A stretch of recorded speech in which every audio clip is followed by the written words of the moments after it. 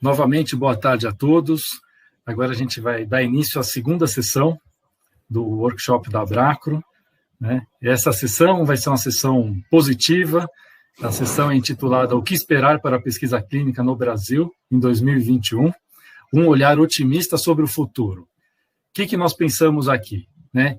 Trazer questões mais técnicas, então essa é uma sessão um pouco mais técnica, técnico-regulatória. Nós vamos trazer algumas questões mais técnicas e, por uma ótica otimista, vamos olhar para essas questões e pensar o que de positivo elas podem impactar no mercado da pesquisa clínica, no nosso setor. Ok? Eu vou começar passando alguns slides. Temos aqui uma audiência rotativa, né? Então, eu vou passar daqui a pouco, vou passar alguns slides a respeito da Abracro, ok? E aí, em seguida, eu já abro para apresentar todos os nossos participantes dessa sessão. Bom, então, falando rapidamente, vou pular esses daqui, que estão apresentando o nosso workshop de hoje, mas que os inscritos aqui já conhecem. Falar um pouco da missão da Abracro. Nós temos aí os pontos principais da nossa missão, da nossa associação, é encorajar e apoiar a pesquisa clínica, promover a educação continuada, fomentar trocas de experiências e contato entre os profissionais e disseminar informações do setor. Né? Nós temos já há muitos anos, a gente vem trabalhando muito forte nesses 4 pilares, né? E o workshop é um desses pilares, que é essa troca de experiências. Então, por isso que eu insisto aqui, que é muito importante receber as perguntas da audiência. Os nossos associados, hoje nós temos 20 empresas, então temos CROs, temos alguns vendors importantes que trabalham como core business com a pesquisa clínica, e hoje nós temos um time muito forte, então vocês podem olhar pelos logotipos, né? Que nós temos as principais, sem dúvida nenhuma, as principais empresas do nosso mercado são associadas à Abracro, e isso é que torna a Abracro rica, né? É muito rico participar da Abracro no sentido de troca de informações, né? De fortalecimento do setor. A Abracro ela tem uma estrutura bastante enxuta, tá? Ela é formada por uma diretoria executiva, por comissões técnicas assessoras e tem um apoio gerencial administrativo. Né? Grande parte, quer dizer, toda essa massa de pessoas que trabalham na Abracro, que fazem a Abracro acontecer, são voluntários dessas empresas associadas. Então, a empresa associada entende o valor de doar, né, quer dizer, seus funcionários e colaboradores doarem parte do seu tempo, né, para discutir questões que vão beneficiar todo um setor. Né? A analogia que eu gosto de fazer todos trabalham para um bolo maior, porque com um bolo maior, né, todos podem comer um pedaço, uma fatia maior, ok? E a gente tem discussões e procura sempre ressaltar que são empresas, né, visam lucro, mas nosso negócio, né, nós trabalhamos com saúde. Então, nunca perdemos a noção, nunca perdemos a consciência de que na ponta do nosso trabalho nós temos pacientes. E isso é que nos move, isso é que é o mais importante de toda essa cadeia na qual nós estamos inseridos. As nossas comissões assessoras técnicas são comissões que são o nosso coração, né? Nós temos aí mais de 150 profissionais envolvidos, então nós discutimos, procuramos as agências reguladoras com sugestões, né? E aí é daí que saem contribuições da Abracro para melhorar o setor como um todo. E convido vocês para depois, em algum momento pós-workshop, visitarem o nosso site, né? Também visitem o site de centros de pesquisa. Nós criamos um cadastro já há alguns anos de centros de pesquisa, tá?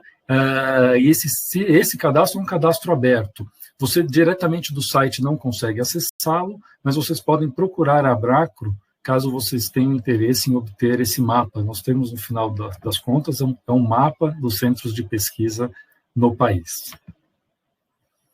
E um outro site muito interessante que a Abracro mantém é o Abracro Analytics. Esse site nós temos, as nossas empresas associadas alimentam, né, de maneira constante e permanente, esse site com informações sobre número de estudos, prazos regulatórios. Então, vocês vão poder ver prazos reais, né, com que a Anvisa tenha feito suas análises, que a Conep tem feito suas análises, vocês podem filtrar, quero só saber os estudos de COVID ou por outra área terapêutica. Então, é um site que traz informações muito importantes do setor e também convido todos a acessarem, tá, esse site. E aqui temos um slide por fim, nós estamos nas principais redes sociais, né, diariamente publicando notícias relacionadas à pesquisa clínica, relacionadas ao setor de saúde. Então, entre lá, passe a nos seguir quando fazemos eventos, enfim, a gente também divulga por esses canais, então entre lá e siga-nos.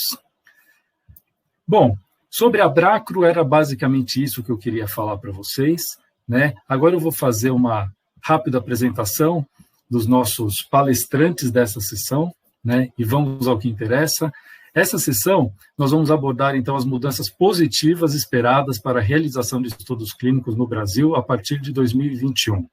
E aí, estão comigo aqui na nossa sala virtual, Kelly Takaki, que é da IQVIA. A Kelly vai falar a respeito do e-consent, né, onde estamos e o que a gente pode esperar, né, do termo de consentimento, aí, o processo de consentimento eletrônico. Vamos ter a Kelly Matana, que é da InTrials. A Kelly vai falar um pouco para a gente sobre tipificação. A Tabata Ohara, que é da MedPace. A Tabata vai falar para a gente sobre eventos adversos, né, graves, vai destacar bastante a Carta Normativa 13, agora de 2020, né, e vai contar para a gente o que a gente pode esperar de bom, né, dessas alterações agora para 2021. E a gente vai fechar a nossa sessão com o Chico, com o Francisco Sanches, da ICON, né, nosso ex-diretor aqui de algumas gestões na Abracro, e ele vai trazer aspectos das mudanças que ocorreram, né, Anvisa e Conep, em virtude da pandemia, né, e aquilo que a gente espera, que a gente gostaria que fossem mudanças permanentes, tá? Ter um impacto muito positivo para a gente no nosso mercado. Ok? Então, para dar início a essa sessão, agora eu vou convidar, então, e passar a palavra para a Kelly, agradecendo imensamente, então, novamente, toda a audiência que está conosco nesse momento e também pelo tempo aqui dos nossos palestrantes. Kelly, a palavra está com você. Muito obrigado. Oi, Fernando, obrigada. Oi, pessoal, boa tarde. Bom, primeiro eu queria agradecer a Bracro pelo convite, é um prazer participar desse workshop, eu espero que vocês estejam gostando. Meu nome é Kelly Takaki, eu sou especialista em assuntos regulatórios na IQVIA, eu sou bióloga, fui coordenadora no Centro de Pesquisa de Transplante Renal no HCFM USP, e eu trabalho na IQVIA há 8 anos. Bom, e aí hoje eu vim falar um pouquinho para vocês sobre consentimento eletrônico, que é um assunto que já vinha sendo discutido antes mesmo de toda essa questão da pandemia, de Covid-19, enfim, mas que de uns meses para cá acabou ficando mais em evidência, e aí várias discussões têm sido geradas em torno desse assunto. Deixa eu ver aqui se eu consigo passar. Next.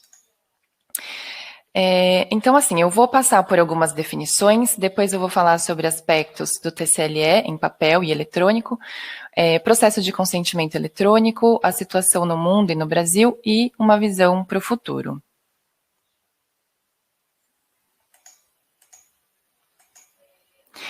Então, quando a gente fala em consentimento, é muito comum já vir na nossa cabeça uma ideia de obtenção de assinatura de TCLE, né? Mas o processo de consentimento, ele é muito mais do que isso, né? O próprio nome já diz.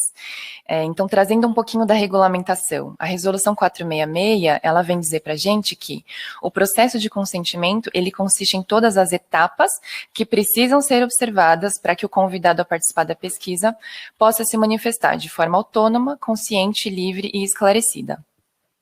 Já o consentimento livre e esclarecido, ele é de fato a anuência do participante da pesquisa ou do seu representante legal, após ele ter recebido as informações do estudo, seus objetivos, os riscos, etc.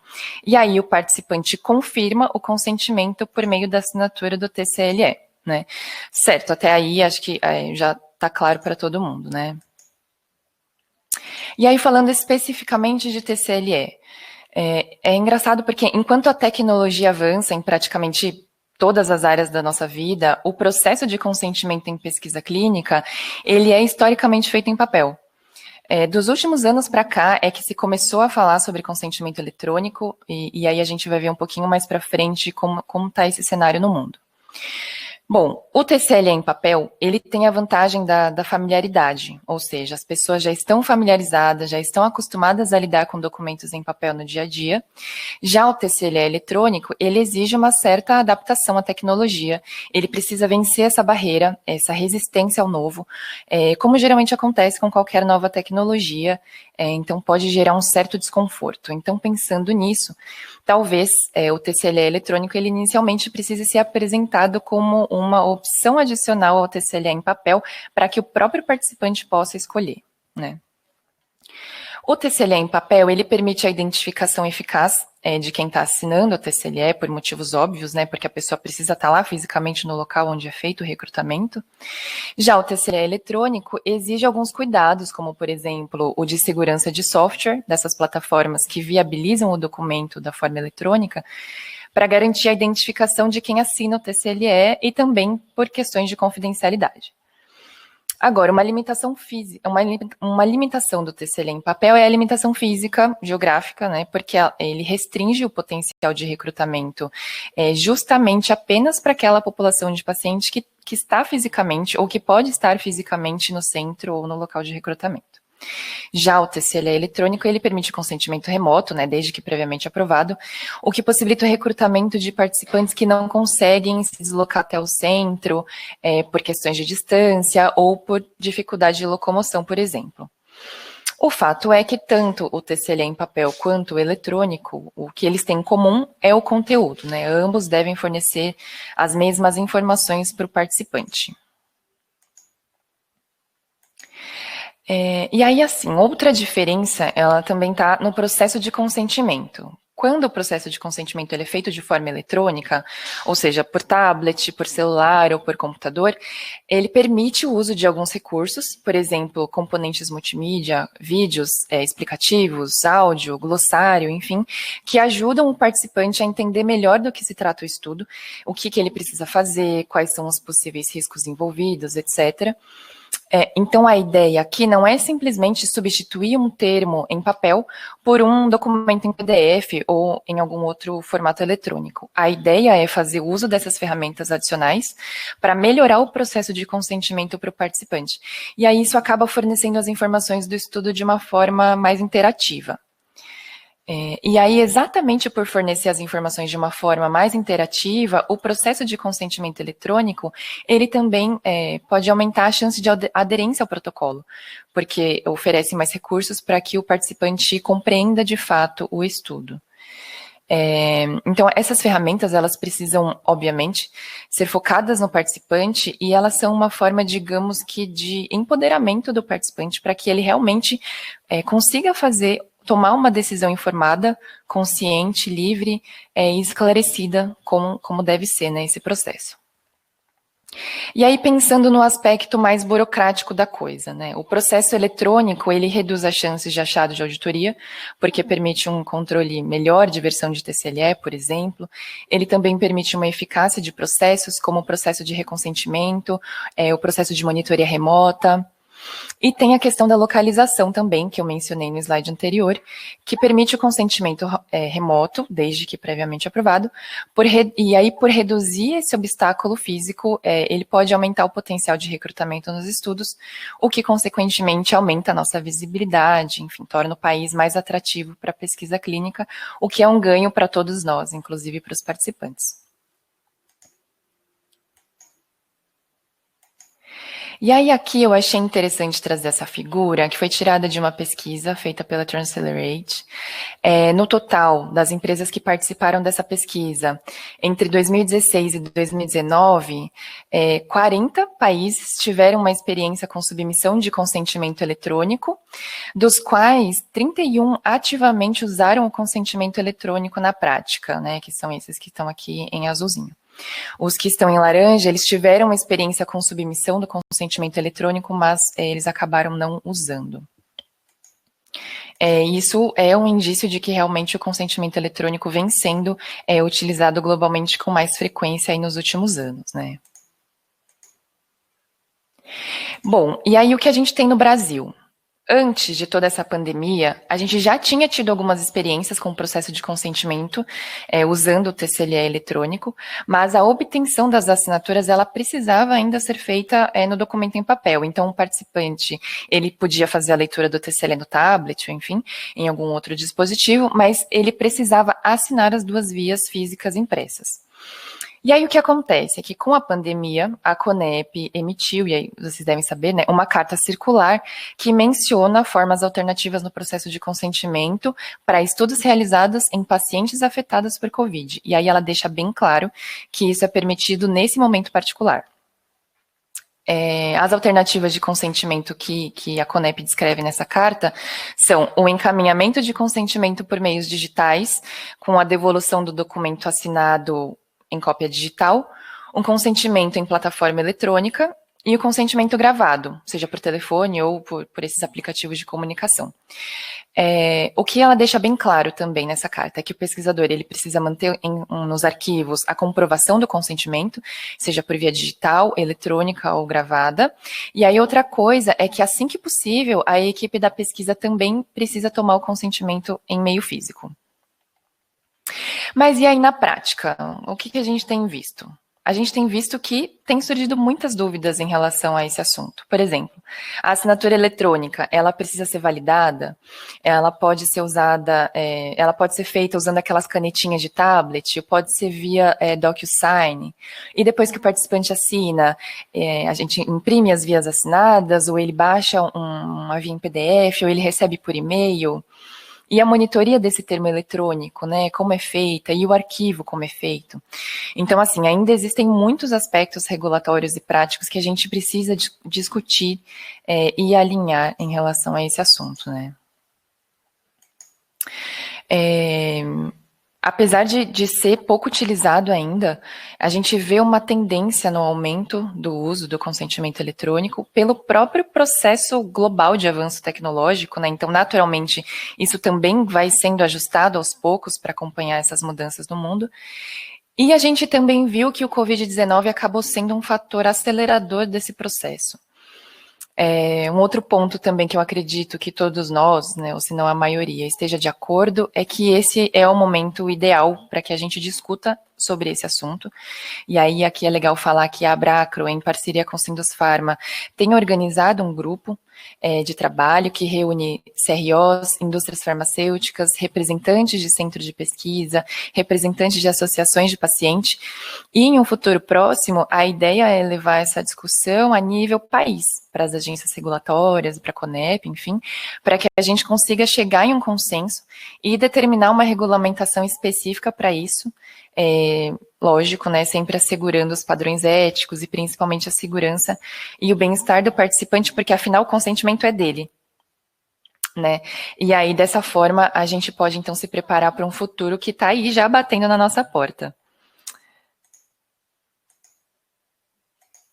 Então é isso, pessoal, eu fecho por aqui. Na verdade, não considero um encerramento, e sim uma abertura, um convite para a gente falar mais sobre isso, para a gente levantar os pontos críticos, as nossas dúvidas, porque realmente ainda existem muitos aspectos para a gente discutir e alinhar. Mas é isso, eu espero que eu tenha conseguido trazer uma visão geral sobre esse assunto. É bem desafiador falar sobre consentimento em 10, 15 minutos, né? Mas é isso, vamos continuar essas discussões, vamos movimentar e aquecer essas discussões. E, mais uma vez, obrigada. Eu deixo aí os meus contatos e é isso. Continuem por aí que tem bastante coisa interessante aí para ver. Obrigada. Legal, Kelly, legal. Muito obrigado. Obrigado pelas informações. O e-consent, de fato, é um tema muito importante, né?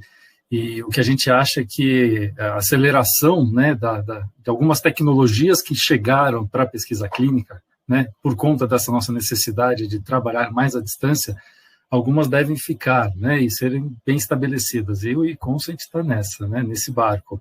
Até na nossa sessão inicial, a Karina De Lazari, que é vice-presidente da Syneos Health, comentou da importância do e-consent, né, como um dos aspectos que a pandemia trouxe para a realidade da pesquisa clínica.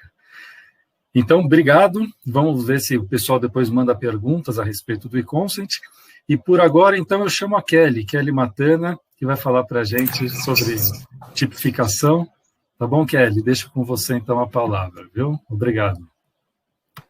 Obrigada, Fernando. Obrigada a todos também da Abracro pelo convite para falar sobre tipificação e tramitação nas pesquisas.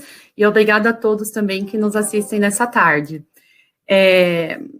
Então, meu nome é Kelly Matana, eu sou farmacêutica, eu tenho uma pós-graduação também nos Estados Unidos, eu trabalho na área de assuntos regulatórios e logística por 10 anos, e eu já trabalhei em CROs, indústrias farmacêuticas. Atualmente eu trabalho na InTrials como gerente da Latinoamérica, e a InTrials é uma CRO com sede no Brasil, mas com forte atuação também nos outros países. Então, eu vou falar um pouquinho do histórico das resoluções, sobre essa nova resolução do Conselho Nacional de Saúde. Vou passar um pouquinho também sobre o fluxograma, os fatores de modulação, pontos positivos e visão para o futuro. Então, falando um pouquinho aqui do histórico dessas resoluções, ela já vinha, a resolução de tipificação, ela já é preconizada na RDC 466, que já falava de uma norma própria para tipificação e gradação de risco.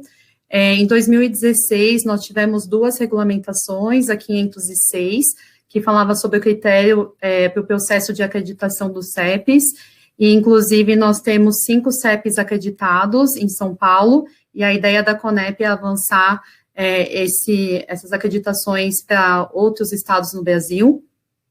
E essa regulamentação trazia também sobre a tramitação, como seria essa tramitação desses protocolos, assim como a resolução 510 também, de Ciências Humanas e Sociais, que também trouxe menção a essa resolução de tipificação, e estamos muito esperançosos, né? Essa resolução, ela está em consulta pública até 9 de dezembro, então o link, né, de acesso pelo Form SUS, ele se encontra na página oficial do CNS, onde nós encontramos também informações da CONEP.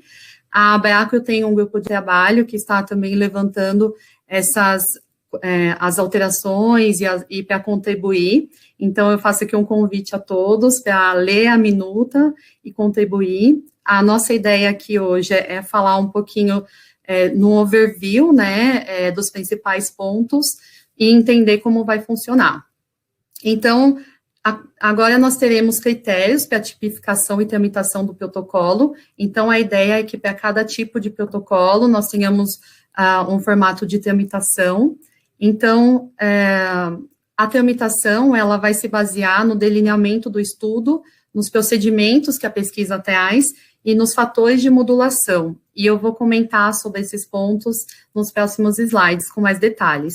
E as vantagens que a gente espera é uma redução nos prazos de análise ética, em linha com o que o Emílio trouxe sobre a fase de startup ser um ponto de decisão, né, do sponsor de trazer mais estudos para o Brasil.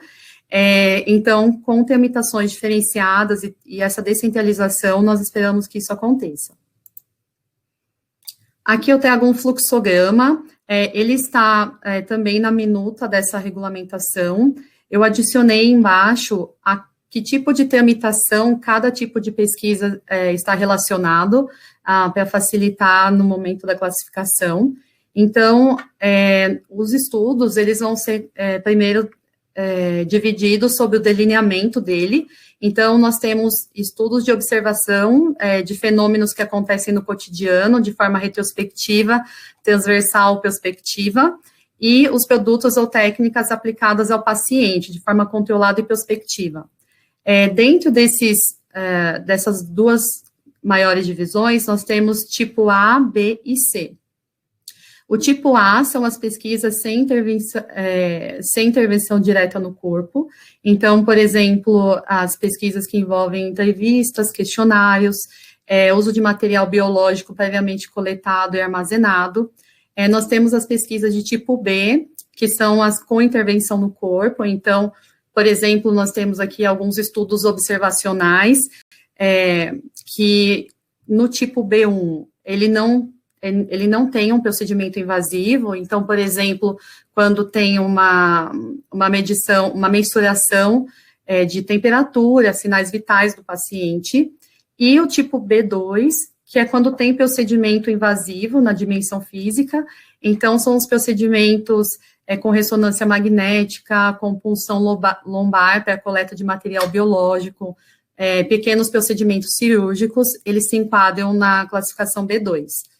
E nós temos também o tipo C, que é relacionado aos produtos ou técnicas aplicadas ao paciente, e aqui nós temos, então, o C1, que envolve as técnicas, por exemplo, estudo de metodologia na área de psicologia, e, finalmente, o C2, que envolve as pesquisas com medicamentos e dispositivos médicos, que uma grande maioria das pesquisas se enquadram aqui no C2.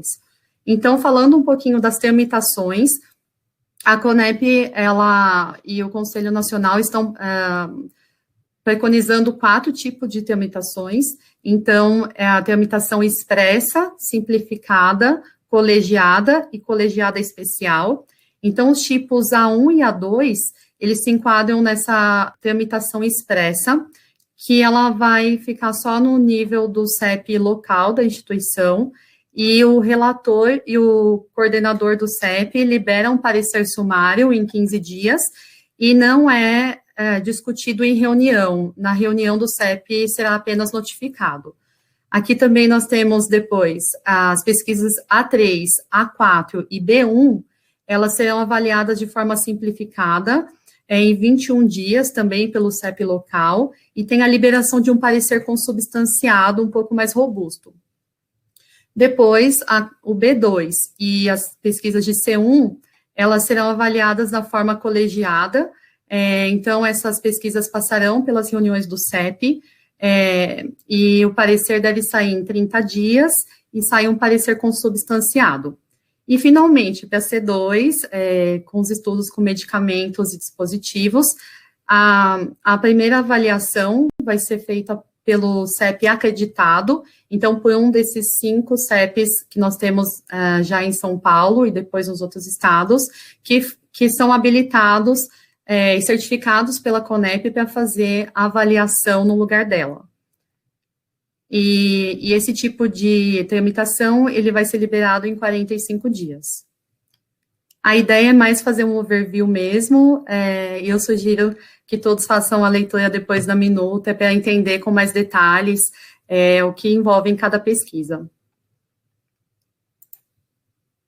Além disso, nós temos também os fatores de modulação.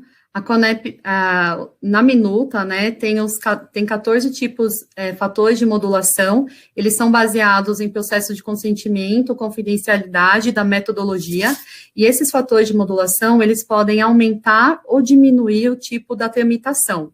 Então, por exemplo, nós temos no item 2, uma pesquisa que prevê a dispensa do consentimento pelo acesso, por exemplo, do prontuário médico.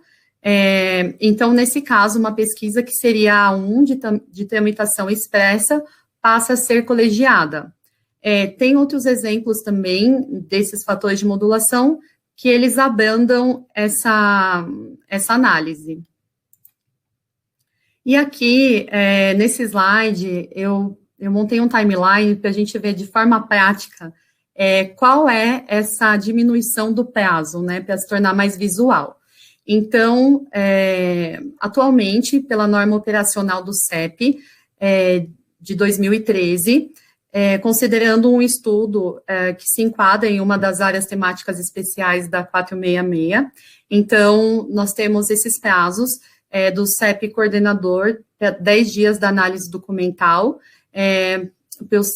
depois para análise do CEP, 30 dias. Se for um parecer de aprovação, é enviado diretamente para a Conep tem mais 15 dias para fazer análise documental, e a análise, o primeiro parecer da Conep deve sair em até 60 dias, somando 115 dias dessa avaliação.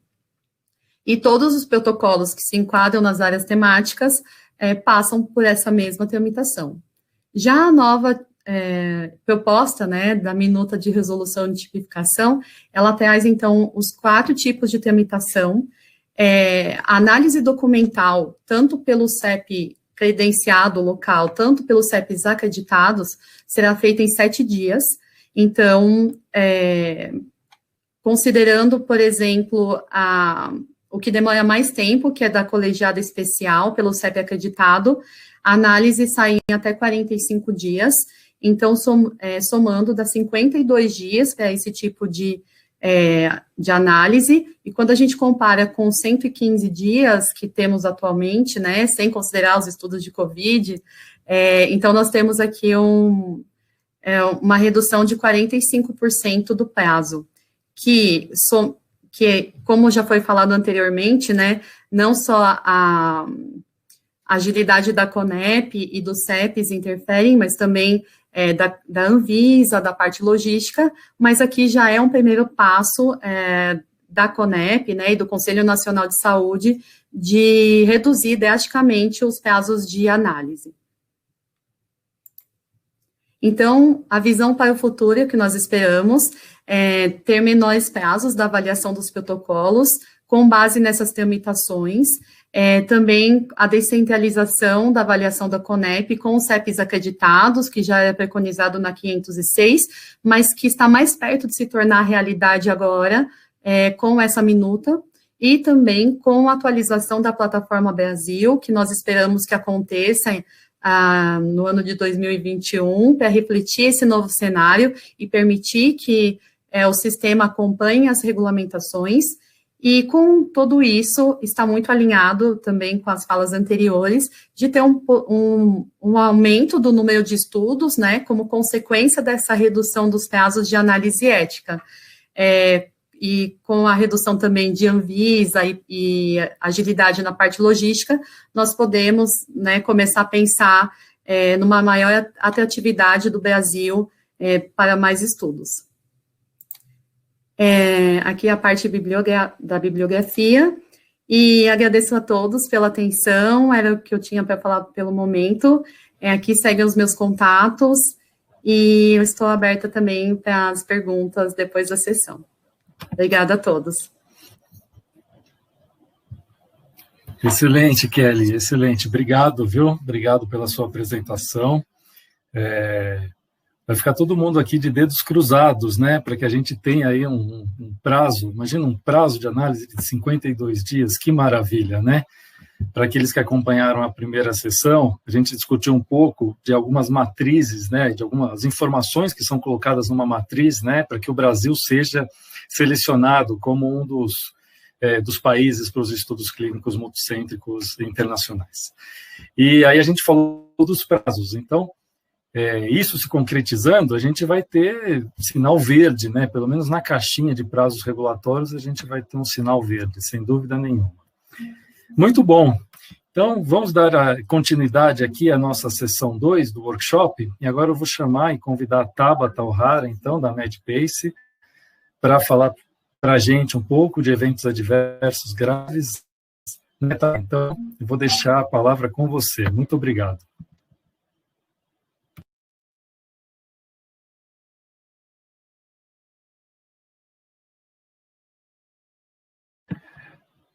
Tabata, tá no mudo, eu acho. Oi, você consegue me escutar agora? Agora Tá ótimo, agora sim. Começa de novo. Obrigado. Oi, boa tarde, eu sou a Tabata. Atualmente eu trabalho na Medpace, no departamento de Clinical Safety. Tenho experiência de alguns anos em safety de pesquisa clínica em CROs e trabalhei por bastante tempo também com farmacovigilância na indústria farmacêutica em pós-marketing, então quando o produto já está em comercialização. E eu vim hoje falar um pouquinho para vocês sobre uma alteração que a gente teve na parte de de safety em relação à CONEP. No meio do ano, a CONEP publicou a Carta Circular número 13, que ela fala sobre a tramitação de eventos adversos no sistema CEP-CONEP. E, posteriormente, em outubro, a CONEP publicou uma segunda carta que foi bastante importante para a adequação desses processos, então a Carta Circular 17, que deu prazo para a gente até 5 de dezembro para conseguir adequar os nossos processos para atender os requerimentos da carta número 13, né? Então, até semana que vem. E essa carta número 13, ela revoga uma carta antiga de 2011, que trazia um formulário que era utilizado para a submissão de eventos adversos sérios à CONEP. Vou falar resumidamente sobre a carta. Então, essa carta, a princípio, ela é uma carta bem curta, ela traz esclarecimentos bem diretos sobre quais informações de segurança elas devem ser submetidas aos CEPs. Então, ela define muito bem as responsabilidades dos centros participantes, as responsabilidades específicas do centro coordenador, e ela também traz mais informações sobre o conteúdo e qual o formato esperado para o fornecimento de informações sobre eventos adversos.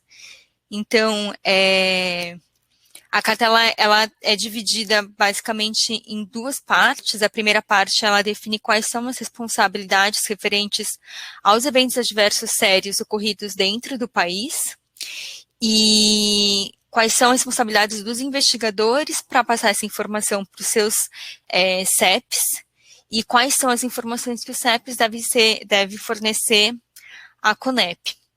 E qual que é esse formato? Então, dentro do relatório parcial, num formato consolidado, tabular, então ficou muito mais simples a forma de a gente passar essa informação. E também define especificamente qual é o formato para fornecimento dos eventos adversos sérios ocorridos fora do país. E ela impacta principalmente os investigadores, porque são eles que elaboram os relatórios parciais para os seus CEPs. O centro coordenador, né, porque ele compila todas as informações dos eventos adversos sérios internacionais. Impacta os CEPs, porque eles têm a responsabilidade de avaliar essas informações de segurança e avaliar se essa informação deve ou não ser fornecida para a CONEP, qual que é a relevância de ser fornecida para a CONEP. E, indiretamente, ela impacta nós de safety, então os patrocinadores e CROs, porque somos nós que fornecemos para os investigadores as informações de segurança, então os eventos adversos sérios, as listas e todos os relatórios para que eles possam elaborar os relatórios parciais e relatórios finais do estudo.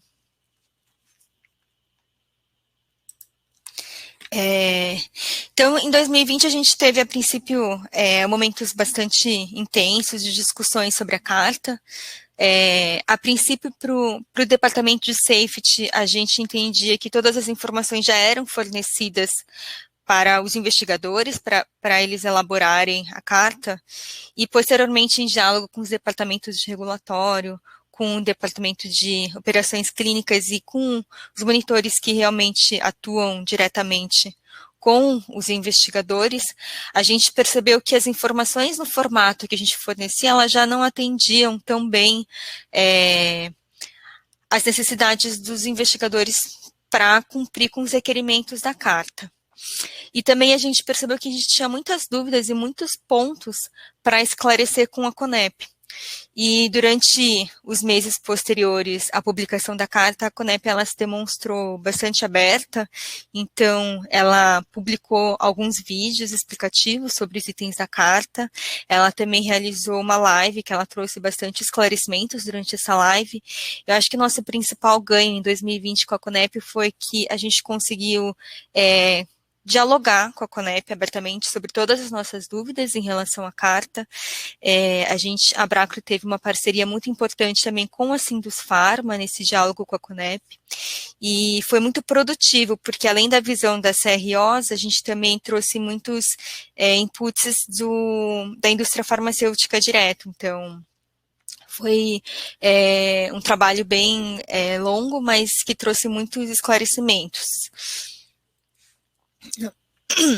Então, acho que o nosso principal ganho em relação a esse diálogo foi que a gente pôde entender o que a Conep quer de informação por trás da carta. Então, a gente teve a oportunidade de explicar detalhadamente para a Conep qual o formato dos nossos relatórios, então, o conteúdo dos line listings que a gente já costuma preparar para outras autoridades regulatórias e comitês de ética ao redor do mundo, o conteúdo dos formulários CIOMS e a classificação de eventos adversos sérios e classificação de SUSARs. E eu acho que um principal ganho para a gente em relação à carta foi que a Conep entendeu que, para os relatos de eventos adversos sérios internacionais, que é muito interessante eles receberem apenas os SUSARs, porque se eles fossem receber de alguns tipos de estudos clínicos todas as informações de eventos adversos graves ocorridos no mundo inteiro, ia ser um volume que eles não conseguiriam avaliar. E a Conep demonstrou em diversos momentos que receber listas gigantes ou relatórios com narrativas muito extensas não era interessante, porque eles não teriam tempo hábil para avaliar realmente se o paciente brasileiro, dentro de um estudo que está ocorrendo em território do Brasil, está seguro. E essa é a principal preocupação da Conep. Então, ter certeza que os pacientes, os participantes de estudo do Brasil, eles estão seguros. Né? E em que momento que a gente está? E o que a gente espera, né, para o próximo ano?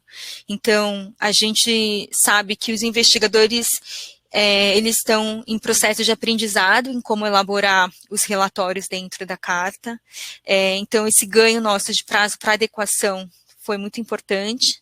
Então, as CROs, todos os departamentos estão muito empenhados nessa parte de educação dos investigadores em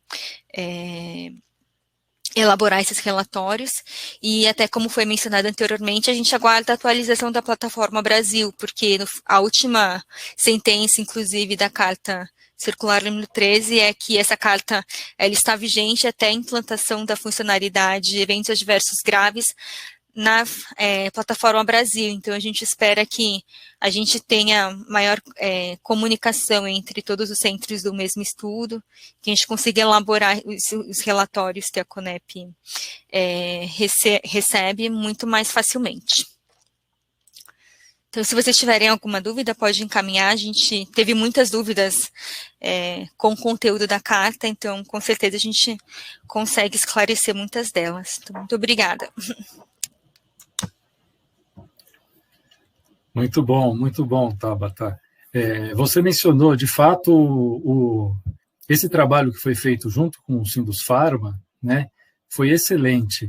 Eu assisti o vídeo de uma reunião, né, Sindusfarma com Conep, e é muito esclarecedora a reunião, e isso eu acho que para o nosso ambiente é muito bom, né, porque a gente lê o documento, surgem dúvidas, né, a nossa mente ela tem o setup para pensar coisas, né, enfim, inferir coisas que muitas vezes não estão escritas. Então, a reunião foi muito esclarecedora, né, essa proximidade com a Conep é ótima e importantíssima, né, para que a gente possa realizar um bom trabalho, né, no nosso dia a dia.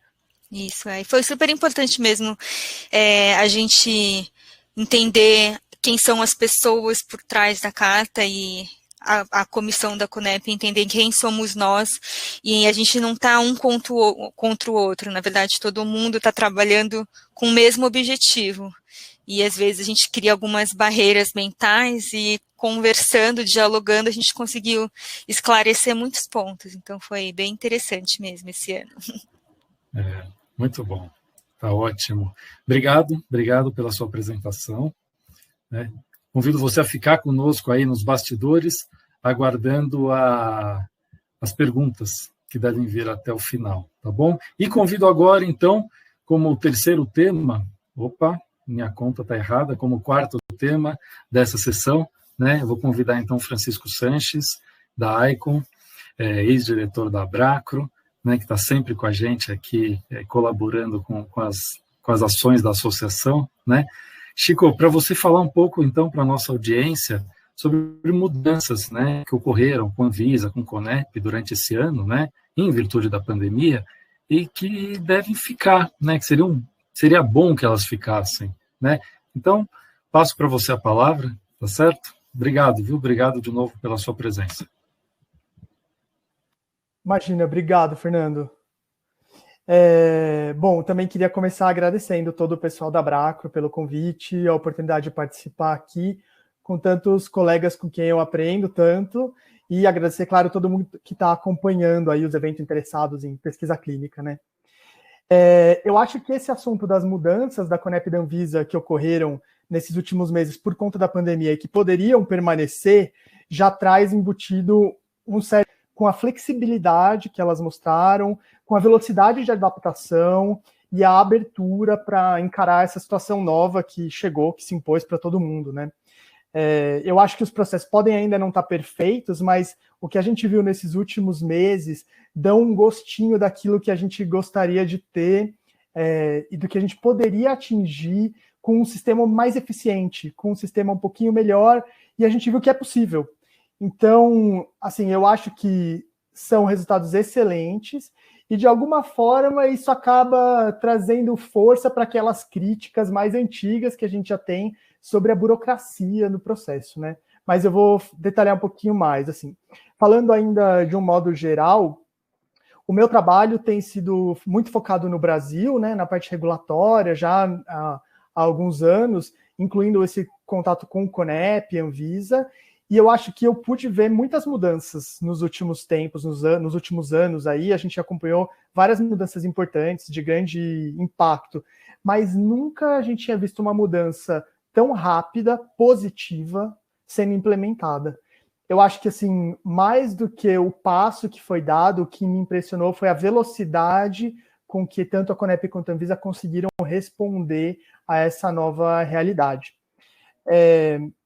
Para mim, assim, eu acho que o que eu ressalto como grande ponto positivo macro, né, foi que eles começaram a fazer uma coisa que a gente sempre pediu e que sempre foi alvo das discussões e dos debates, assim, que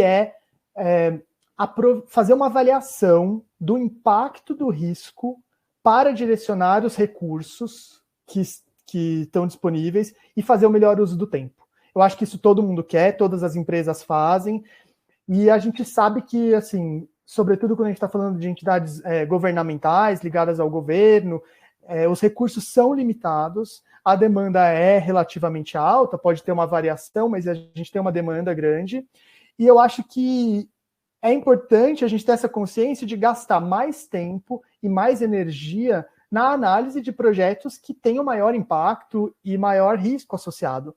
Então, e eu acho que é um pouco isso que eles começaram a fazer, de modo geral, né? Não faz sentido, eu acho, a CONEP gastar o mesmo número de horas avaliando um estudo que é só uma aplicação de questionário e outro estudo que está testando um medicamento novo, experimental. Não faz muito sentido, a complexidade é muito diferente, né? Da mesma forma que a Anvisa não deveria gastar exatamente o mesmo tempo avaliando um estudo que às vezes é com uma medicação que já está até registrada para outra indicação, um estudo que já tem aprovação em diversos outros países, versus um projeto de desenvolvimento nacional, um medicamento totalmente inovador, o primeiro estudo de fase 2 ou fase 3. Então, eu acho que todo mundo reconhece que existe uma diferença aí e que usar os recursos da melhor forma é o caminho para otimizar os processos, para todo mundo sair ganhando. Eu acho que realmente eles começaram a dar passos nesse sentido, colocando os estudos de Covid à frente, principalmente devido ao impacto. Se a gente for pensar, então, nesses estudos relacionados à Covid, os resultados que a gente teve esse ano foram impressionantes, assim, nunca vistos antes. A gente teve estudos que foram aprovados no Brasil em 15 dias, ou até menos de 15 dias. Estou falando tanto CONEP quanto Anvisa, é um prazo total. Eu acho que a gente tem que reconhecer esse trabalho deles. A gente acompanhou um pouco do processo, né, através da própria divulgação que eles fizeram, de eventos que a gente pôde acompanhar. Eu sei que isso custou muitas horas de trabalho extra de todo mundo, muito estresse, muita pressão, algumas madrugadas de sono. Então, eu acho que, em primeiro lugar, a gente tem que reconhecer, porque realmente eles fizeram um trabalho bem legal. Se a gente for pensar, por exemplo, seguindo isso que eu estava falando, né, que a Anvisa, às vezes, leva 6 meses, tem o prazo estabelecido de 6 meses, e eles usam esse tempo todo para fazer a primeira análise e mandar algumas perguntas para os patrocinadores. E depois que os patrocinadores respondem, eles podem levar, às vezes, 2, 3 meses só para revisar as respostas. É comum que um estudo chegue a levar 9, 10 meses para ser aprovado, só pela Anvisa, né? E quando a gente olha para o que foi feito esse ano com os estudos de Covid, é impossível a gente não pensar, dá para fazer melhor. Eu acho que é possível encontrar um caminho aí. Eu sei que assim, a gente não precisa exigir nem esperar que a Anvisa aprove tudo, qualquer estudo, em 15 dias. Mas eu acho que esse é o momento em que eles ficaram, de certa forma, expostos pelo bom trabalho, e todo mundo está com isso em mente. Não é possível que um estudo regularmente pudesse levar 9, 10 meses, se vocês conseguem aprovar um estudo de Covid em 15 dias, né? A gente pode chegar num meio termo. Eu acho que a gente está com esse argumento muito estabelecido, assim, para partir para essa discussão mais séria com a Anvisa. Por que a gente não pode chegar a 2 meses, que seja 2, 3 meses, mas, assim, a gente viu que dá, né? Que eles conseguem fazer, que eles têm competência e habilidade. Não quero que ninguém perca noites de sono regularmente, mas eu acho que isso ficou muito claro. Outro ponto ainda geral que eu queria comentar, que eu acho que a gente teve um avanço, foi o aumento da transparência.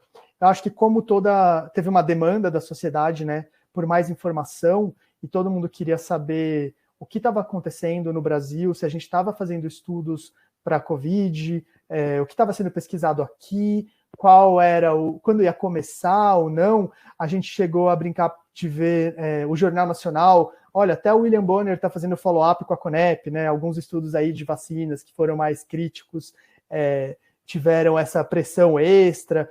E a CONEP começou a publicar e divulgar semanalmente um boletim super completo, bem detalhado, bem legal, com os dados dos estudos que eles estavam aprovando de Covid, com várias informações interessantes. A Anvisa começou a publicar também informações sobre os estudos que eles estavam aprovando, inclusive através de redes sociais. Eles acho que melhoraram muito nesse ponto da transparência com a sociedade em geral, e eu acho que isso é excelente. De uma maneira geral, acho que quanto mais a gente falar de pesquisa clínica, mais gente souber o que é e um pouquinho melhor como funciona, todo mundo sai ganhando, o setor com certeza sai fortalecido. Então, esses eram meus comentários gerais. Agora eu vou falar de alguns pontos um pouquinho mais específicos que eu listei para a CONEP e para a Anvisa. Vou começar falando da Anvisa, e eu não sei se todo mundo pôde acompanhar, mas para os estudos de Covid, a Anvisa criou um comitê especial só para avaliar esses projetos, e eles permitiram, pela primeira vez, que a gente mandasse documentos por e-mail, mesmo antes da submissão oficial no sistema. O sistema da Anvisa, onde a gente faz a submissão dos documentos, ele pode ter algumas pequenas burocracias, a gente sabe que envolve, às vezes, pagamento de taxa, leva uns dias para compensação. A Anvisa abriu esse canal de comunicação por e-mail, exclusivamente para os estudos relacionados à Covid, né? E, além disso, eles permitem o dossiê que a gente submete. A Anvisa falou, olha, você não precisa ter o dossiê 100% completo. Quando vocês tiverem os documentos principais, protocolo, brochura do investigador, plano de desenvolvimento, isso já pode ser enviado por e-mail, e eles acabaram aceitando, excepcionalmente, alguns documentos até em inglês, e começaram a fazer uma pré-análise. Isso trouxe um ganho de tempo muito, muito grande. Para vocês terem uma ideia, até o fluxo ideal diversas vezes era assim, a Anvisa recebia esses documentos por e-mail, algumas vezes até em inglês, e a gente aguardava alguns dias, 2 dias, mais ou menos, 2, 3 dias, e eles retornavam por e-mail já com uma análise inicial, apontando algumas dúvidas, questionando algumas coisas, e daí a gente podia, logo em seguida, fazer a submissão formal da documentação já respondendo a essas perguntas. Então, a gente ganhou uma etapa inicial muito importante de comunicação super ágil, flexível, eles respondem os e-mails, foram super acessíveis, mesmo quando a análise não pôde ser completada ainda, eles costumam responder, né, que receberam os documentos, confirmar o recebimento. Às vezes a gente agendou reuniões, às vezes por iniciativa, por pedidos da própria Anvisa, mas a gente fez reuniões online para apresentar, esclarecer, tirar dúvidas. Então, assim, eu acho que eles apresentaram uma flexibilidade que a gente nunca tinha visto antes, e eu acho que esse modelo pode trazer alguns aprendizados. Então, de novo, não acho que a gente deva exigir, né, que qualquer estudo de qualquer área terapêutica daqui para frente tenha esse mesmo fluxo, mas se a gente puder ganhar, seja numa agilidade de comunicação por e-mail, numa reunião marcada de forma mais rápida, numa pré-análise, alguma flexibilização de aceitar documentos iniciais em inglês, tudo isso foi essencial para os resultados excepcionais que a gente atingiu no Brasil com os estudos de Covid. Então, acho que esse é o primeiro ponto que eu ia comentar da Anvisa, que é essa flexibilização na parte inicial da análise e da submissão. Outra coisa que eu acho que é importante ressaltar eles mantiveram mais ou menos esse mesmo padrão, muito pouco alterado, para análise das emendas de protocolo. E eu não sei se todo mundo tem acompanhado, mas esses estudos de Covid são estudos, a maioria muito grandes, internacionais, e eles estão sendo adaptados a todo momento. Os dados estão sendo observados em tempo real, com muito rigor, todo mundo está de olho, né? Todas as agências reguladoras, a sociedade está acompanhando. Então, tem sido muito comum que os protocolos sofram atualizações, ajustes, e a gente precise submeter emendas ao protocolo. Essas emendas, muitas delas precisam ser aprovadas pela Anvisa, não todas, mas uma boa parte, e a Anvisa conseguiu manter esse fluxo e a agilidade na aprovação das emendas. Isso também foi um ganho essencial.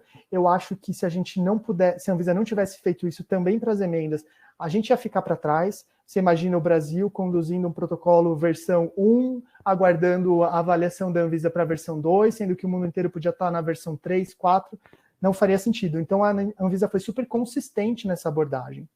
Para vocês terem uma ideia, o prazo oficial que está nas resoluções que a Anvisa tem para avaliar essas emendas de protocolo é o mesmo prazo da avaliação inicial de um estudo. Então, por exemplo, um estudo que seja com produto biológico, ou fase 2, ou nacional, que são aqueles projetos que a Anvisa tem o prazo de 180 dias para fazer a avaliação inicial, quando você submete uma emenda ao protocolo, a Anvisa tem o prazo de 180 dias também.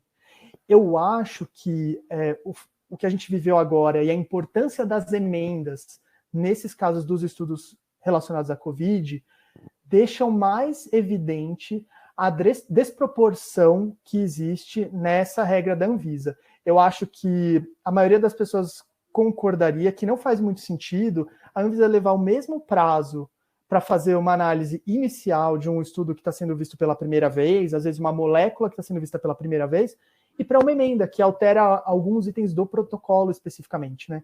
Então, eu também acho que esse é o momento em que isso acabou ficando mais visível e que a gente pode aproveitar para rediscutir esse tema com eles. Então eu falei da flexibilidade da submissão, dos prazos, claro, dos prazos para emenda, e daí eu deixei um item aqui que é um pouquinho diferente, porque a gente estava falando dos assuntos que aconteceram relacionados à pandemia e que poderiam permanecer para se tornar um ganho fixo, né, um ganho permanente para o setor. A gente teve um ganho que foi permanente, que aconteceu agora no meio do ano. A Anvisa publicou a orientação de serviço número 88, a OS 88, que é um documento que prevê que os DDCMs, que são aqueles dossiês da medicação que a gente manda para a Anvisa avaliar, né, os DDCMs que tenham pelo menos um estudo já aprovado por pelo menos uma autoridade regulatória, de algum dos países do ICH, países membros do ICH, a gente submete para a Anvisa uma boa parte do que eles avaliam são os documentos técnicos de qualidade da produção do medicamento. Isso é um volume de documentos enorme, assim, chega a 1.000 páginas, é um volume grande mesmo, e dá muito trabalho para revisar, com certeza. O que a Anvisa aprovou agora no meio do ano, durante a pandemia, e que está sendo aplicado já para estudos relacionados à Covid e para qualquer outro estudo também, é que se você mostrar que aquele medicamento já está registrado em algum país membro do ICH, ou que aquele medicamento já tem qualquer estudo aprovado em algum país membro do ICH, eles vão olhar de forma simplificada esses documentos de qualidade. De certa forma, confiando que alguma outra autoridade regulatória de alto padrão, de alto nível, já fez essa análise e que eles podem confiar em parte nessa análise. E daí eles vão olhar todos os outros documentos, as outras informações, mas eles vão poder olhar de forma simplificada. Eu acho que isso está totalmente alinhado com aquilo que eu citei no início, de usar o tempo e os recursos disponíveis da melhor forma possível. Então, eu acho que faz todo sentido e foi um passo bem importante. A gente ainda não viu, a gente não tem dados concretos para mostrar o quanto isso teve de impacto no prazo final de aprovação dos estudos, né? Os prazos ainda estão um pouquinho bagunçados porque a Anvisa tem priorizado realmente os estudos com Covid, mas a gente espera que isso possa trazer benefícios e eu acho que essa já é uma mudança que vai ficar, ela não é específica para o Covid. E eu foquei muito os itens que eu listei aqui para comentar hoje na parte mais técnica regulatória, né, que é a minha área. Mas a Anvisa também publicou uma nota técnica sobre os estudos de Covid e os estudos que estão sendo conduzidos no momento e o impacto da pandemia sobre esses projetos, em que eles citaram orientações sobre outros temas importantes, que também eu acho que tem como ficar de aprendizado e ganhos para a gente, que são até coisas que o Emílio citou e a Kelly comentou já sobre o e-consent, mas que são questões relativas à monitoria remota, sistemas utilizados para isso, que são super interessantes. A gente não tinha orientações no Brasil claras sobre isso, nunca a regulamentação chegou nesse nível de detalhe. E agora a gente tem uma orientação. Então, eu acho que esse é mais um benefício bacana. Eu vou falar as coisas da Conep, que demorando muito, né? Eu vou passar para os itens da Conep. Eu acho que uma das coisas que eu queria citar são as reuniões online. Eu sinto que a Conep talvez tivesse um pouco mais de resistência. Antes da pandemia, a Anvisa já tinha adotado audiências online, né, com o setor regulado. A Conep não. E a gente, geralmente, quando precisava discutir algum assunto, tinha que marcar uma audiência e ir até Brasília. Eles passaram a aceitar as reuniões online e funcionaram super bem. Eu acho que isso facilitou muito para a gente a logística, a flexibilidade, a chance de marcar um horário antes, não ter que esperar aquelas janelas de datas deles ou da reunião mensal da Conep. E até internamente a Conep tem feito reuniões online, né? O que parece ter ajudado muito, porque eles conseguiram manter bons prazos de análise, mesmo durante a confusão da pandemia. Então, eles têm funcionado bem online. Espero que isso possa permanecer. A velocidade de análise dos estudos relacionados à Covid e das emendas também está sendo excepcional, assim. Eu acho que eles colocaram realmente o Brasil numa posição de competitividade muito grande frente ao mercado no mundo. A Conep vinha trabalhando com uma média de tempo de análise de algo entre 1 ou 2 meses para cada análise, né? Oficialmente, eles falam geralmente em torno de 30 dias, um pouquinho menos de 30 dias. Mas na nossa amostra, eu diria que está entre 1 a 2 meses. E para os estudos de vacina de Covid, eles chegaram a fazer análises em 2 dias. 2, 3 dias. Então, realmente excepcional. Se a gente for contar que é comum ter pendências da Conep, então, além dessa análise inicial, a gente precisa responder pendências e ter mais um período de análise, normalmente, os estudos que não são de Covid podem chegar a 3, 4 meses de tempo de Conep até ser aprovado, mais o tempo do CEP, do Centro Coordenador, que tem que aprovar o estudo antes da Conep. Então, essa parte ética inicial, até o Brasil ter a primeira aprovação ética consolidada, né, não é difícil que chegue a 5 meses, que é um tempo relativamente grande, se a gente comparar com os estudos de Covid, em que isso não passou de 2 semanas. Então, mais uma vez, eu acho que a gente pode mostrar que, olha, foi possível fazer em 2 semanas. Antes, outros estudos levam 5 meses. como a gente pode ajustar, chegar num meio termo, não tem nada que pode ser feito para melhorar, eu acho que isso também ficou bem claro no caso da Conep. E meu último ponto é com relação a esse tema da centralização. Eu não sei se todo mundo acompanhou, mas assim, o nosso sistema atual, ele prevê aquela dupla aprovação ética, né? O projeto ele é submetido pelo centro coordenador ao seu comitê de ética, ao seu CEP. Quando o CEP aprova, exatamente esse mesmo pacote, idêntico, vai para a Conep para uma análise que se repete, uma segunda análise ética exatamente dos mesmos documentos. Nos estudos de Covid, a Conep disse não precisa, eu vou cortar uma etapa. Quando o CEP receber um estudo de Covid, ele não precisa analisar nada e pode mandar direto para mim, e só eu vou analisar. Então a Conep centralizou, eliminando uma etapa. O resultado foi excepcional, como a gente tem falado, foi muito bom em termos de prazo. Porém, eu acho que isso é uma coisa que vai contra o que a gente tem trabalhado nos últimos anos, que é a descentralização. E a própria Conep, com esses projetos, a Kelly mencionou também, projeto de acreditação de CEPs, que visa dar autonomia para os CEPs poderem aprovar os estudos sem a necessidade da Conep, com a tipificação de tramitação, essa resolução que a gente viu agora há pouco também, isso tudo é no sentido da descentralização, é o que a Conep estava caminhando. E o projeto de lei, por exemplo, que é uma iniciativa da sociedade, que também está buscando desburocratizar o processo, também tem o caminho da descentralização. Então, que a Conep fique como instância recursal apenas e controladora aí do sistema, mas que não precise ficar avaliando estudos. Então, acho isso curioso, que apesar do resultado ter sido muito bom, a Conep deu um passinho para trás, preferiu centralizar. Para o Covid foi muito bom, mas eu acho que o saldo é possível ter análises éticas de qualidade no Brasil sem duas análises éticas iniciais. Isso não é necessário. Se a gente tiver bons CEPs capacitados, eles podem fazer a análise, isso deve funcionar como funcionou para os estudos de Covid. Acho que era isso, pessoal. Muito obrigado. Desculpa se eu passei um pouquinho o tempo.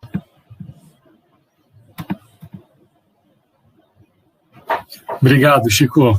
Excelente, viu? Excelentes pontos que você trouxe, né? Viu só? Você conseguiu trazer assim um caminhão de pontos positivos, né?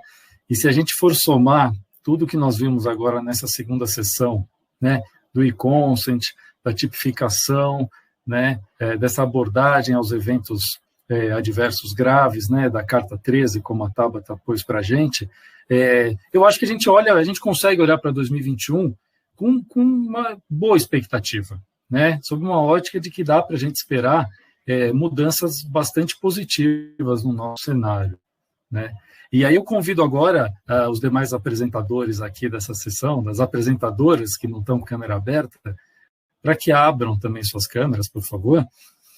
A gente tem apenas 2 minutos, né? Eu acho que não... O que eu vou combinar aqui? Vou combinar com a nossa audiência que mandou algumas perguntas. Eu vou combinar com eles o seguinte, olha, tem a Júlia, tem a Evelyn, tem a Beatriz, enfim, para todo mundo que mandou pergunta, a gente já está com suas perguntas anotadas, tá bom? E temos os seus e-mails. E aí vocês têm o nosso compromisso de que a gente vai endereçar para todos os apresentadores aqui as suas questões e depois mandar uma resposta, tá? Para todos vocês. E aí, esse 1 minuto que falta para a nossa sessão, eu queria queria abrir um pouquinho para ver se mais alguém quer fazer algum comentário adicional, né? E queria ressaltar 3 coisas que o Chico falou lá no começo da apresentação dele, né? Que foi a velocidade, flexibilidade e a abertura, né? Que nós tivemos com Conep, Anvisa, né? A abertura tal da Conep também, por exemplo, mencionada pela Tabata, isso foi muito importante, né? Acredito que estamos no meio de um furacão chamado Covid-19, né? Com o passar agora dos meses, a gente já consegue olhar para trás e analisar um pouco do que já foi feito, né? Mas eu acho que depois a gente vai precisar de um distanciamento para entender tudo o que aconteceu nesse período que nós estamos, né? Mas eu acho que velocidade, flexibilidade e abertura que nós tivemos, né, da Conep e Anvisa, foram pontos chaves para a gente conseguir trabalhar bem, né, nesse período. Então, para encerrar agora, vou deixar o espaço aberto para que vocês falem o final para a nossa audiência, por favor. Quem começa? Oi, posso falar rapidinho? Obrigada pela oportunidade de falar um pouquinho sobre a carta, que acho que foi uma mudança bastante importante para o nosso departamento. E eu concordo com vocês que a gente está no meio do furacão, a gente precisa manter uma visão otimista e com certeza depois que passar a gente vai olhar para trás e vai conseguir ter um panorama melhor do que a gente está fazendo de certo, o que a gente está fazendo de errado e quais são os melhores aprendizados de tirar de tudo isso.